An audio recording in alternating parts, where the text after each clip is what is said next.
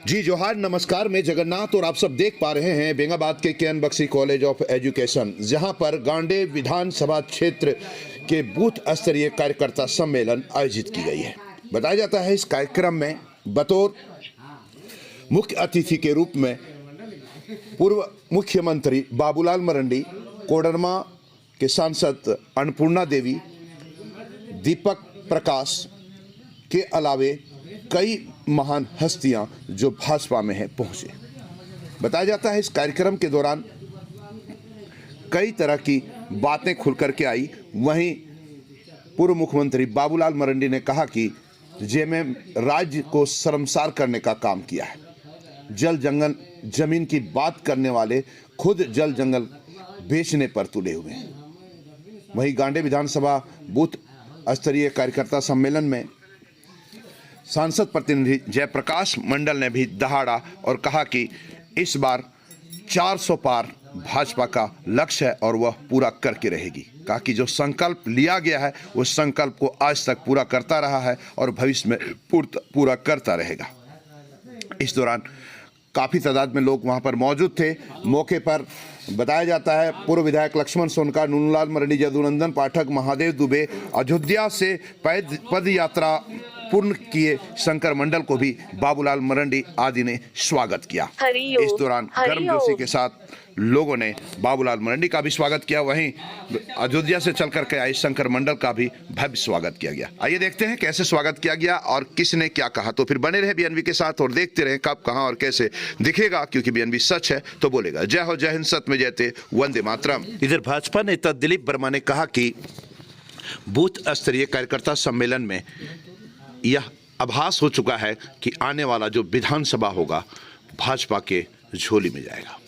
कहा कि लगातार भाजपा दिन रात एक करके लोगों के समस्याओं का समाधान करने में जुटी हुई है और भारत के भविष्य के लिए हम लोगों को एक मत होकर के हम अपने प्रत्याशी को, जो हम लोगों के बीच में जो निवर्तमान सांसद महोदय हम लोग के बीच में अन्नपूर्णा देवी जी उपस्थित हैं, और जो मेरे प्रत्याशी गांडे के उपचुनाव में जो आएंगे उनके लिए और उन जिता करके प्रचंड बहुमत से हम लोग को पार्लियामेंट भेजना है, विधानसभा भेजना है और कमल फूल छाप पर हम लोग को बटन दबाना है। साथियों, आप लोगों को मैं बताना चाहता हूं कि अब की बार 400 पार, अब की बार 400 पार, एक बार फिर से मोदी सरकार। भारत माता की, भारत माता की, वंदे वंदे वंदे। जय हिंद, जय झारखंड। तो हम सर पे बैठा के रखें, किसी भी तरह की कोई त्रुटि ना हो, इसका पूरा हमने प्रयास किया। आपके सम्मान को सर्वोपरि रखते हुए लोकसभा के अंदर चाहे लोकसभा के बाहर हो, हमेशा आप लोगों के बीच रहकर इस क्षेत्र की जो बातें रही, जो समस्या रही, उसका समाधान करने का प्रयास किया। आज देश के यशस्वी प्रधानमंत्री आदरणीय नरेंद्र मोदी जी के नेतृत्व में लगातार भारत 10 वर्षों से विकास के राह पे, विकसित भारत के संकल्प को सिद्धि तक पहुंचाने के लिए कृत संकल्पित है।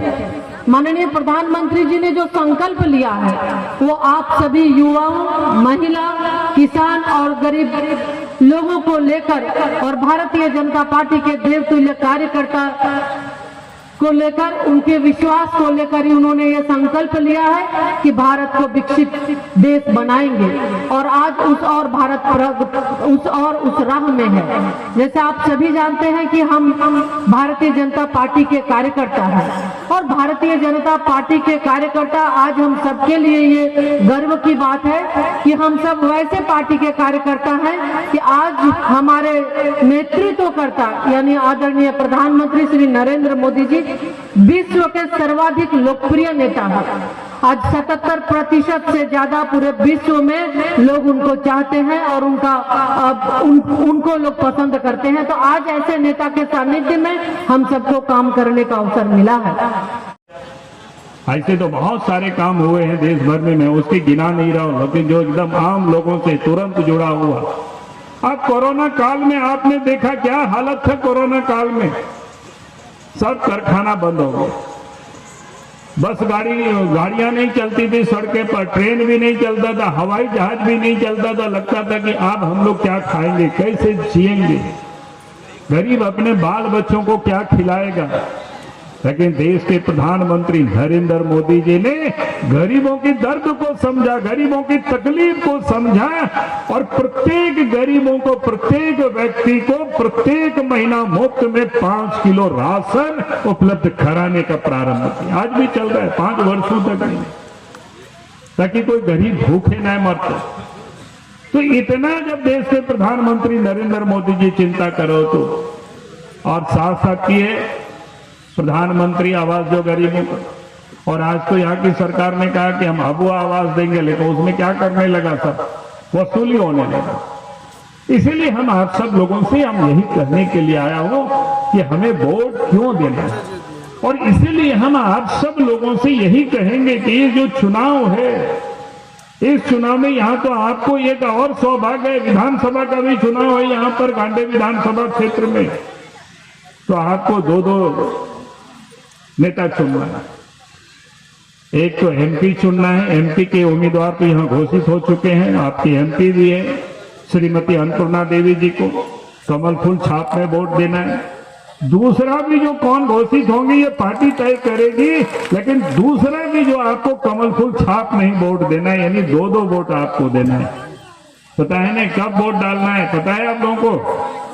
20 मई को। चलिए आप सब लोग याद कर रखे, हम ही भूल गए, हम तो अन्नपूर्णा जी को पूछना पड़ा कि यहाँ वोट कब है, तो बताएंगे इधर 20 तारीख को। तो आप सब लोग इसको याद रखना, 20 तारीख को मतदान है, एक एमपी बनाना है, देश के प्रधानमंत्री नरेंद्र मोदी जी को वहां मजबूत और करना है उनको, और यहाँ पर एमएलए भी हमें बनाना है इस क्षेत्र में, उत्तरी छोटा नागपुर हो चाहे दक्षिणी छोटा नागपुर हो। शिबू सोरेन के परिवार को यहाँ कभी भी लोगों ने एक्सेप्ट नहीं किया है, कभी लोगों ने स्वीकार नहीं किया है। आप देख लीजिए इतिहास को, जहां कहीं भी लोग छोटा नागपुर में खड़ा हुए, उनके ससुर जी भी लड़े थे, तमाड़ से चुनाव जीत नहीं पाए। उनके क्या बोलते हैं चचा जी, ये पता नहीं अब नहीं है शायद जिंदा, उनके चचा जी भी बेरमो और गोमिया तरफ से कई एक बार चुनाव लड़े, लेकिन कभी जीत नहीं पाए।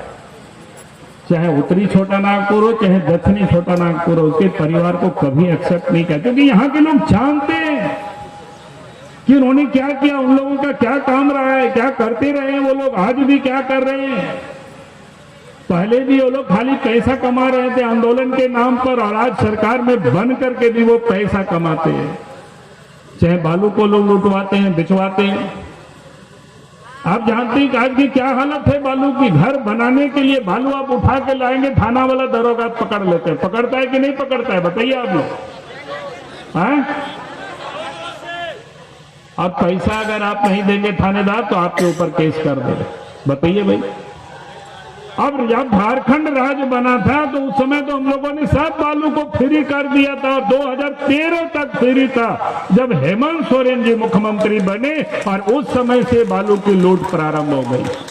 अब गांव के लोगों को बालू नहीं मिलता है, यहाँ से बालू बिहार जाता है, यहाँ से बालू यूपी जाता है। ठेकेदार कहाँ मुंबई से आ गए, ठेकेदार दिल्ली से आ गए, ठेकेदार पटना से आ गए, कलकत्ता से आ गए। भाई यहाँ के लोग क्या करेंगे?